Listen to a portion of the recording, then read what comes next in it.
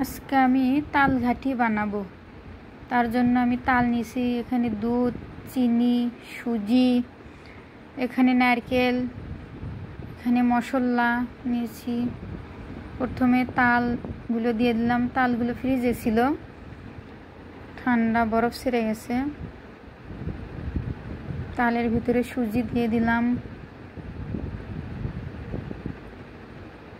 এখন আমি চুলায় বসে দেবো পাতিল, মাটির চুলায় পাতিল দিছি।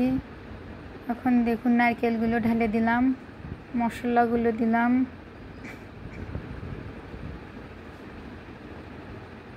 একটু নাড়া দিলাম। তারপরে দুধগুলো একে একে সবগুলো প্যাকেট দিয়ে দেব।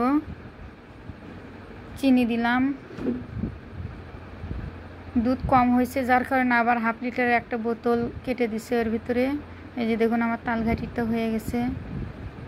দেখুন কেমন হয়েছে কালারটা। এই যে দেখুন কতটা সুস্বাদু, লোভনীয়। দেখুন।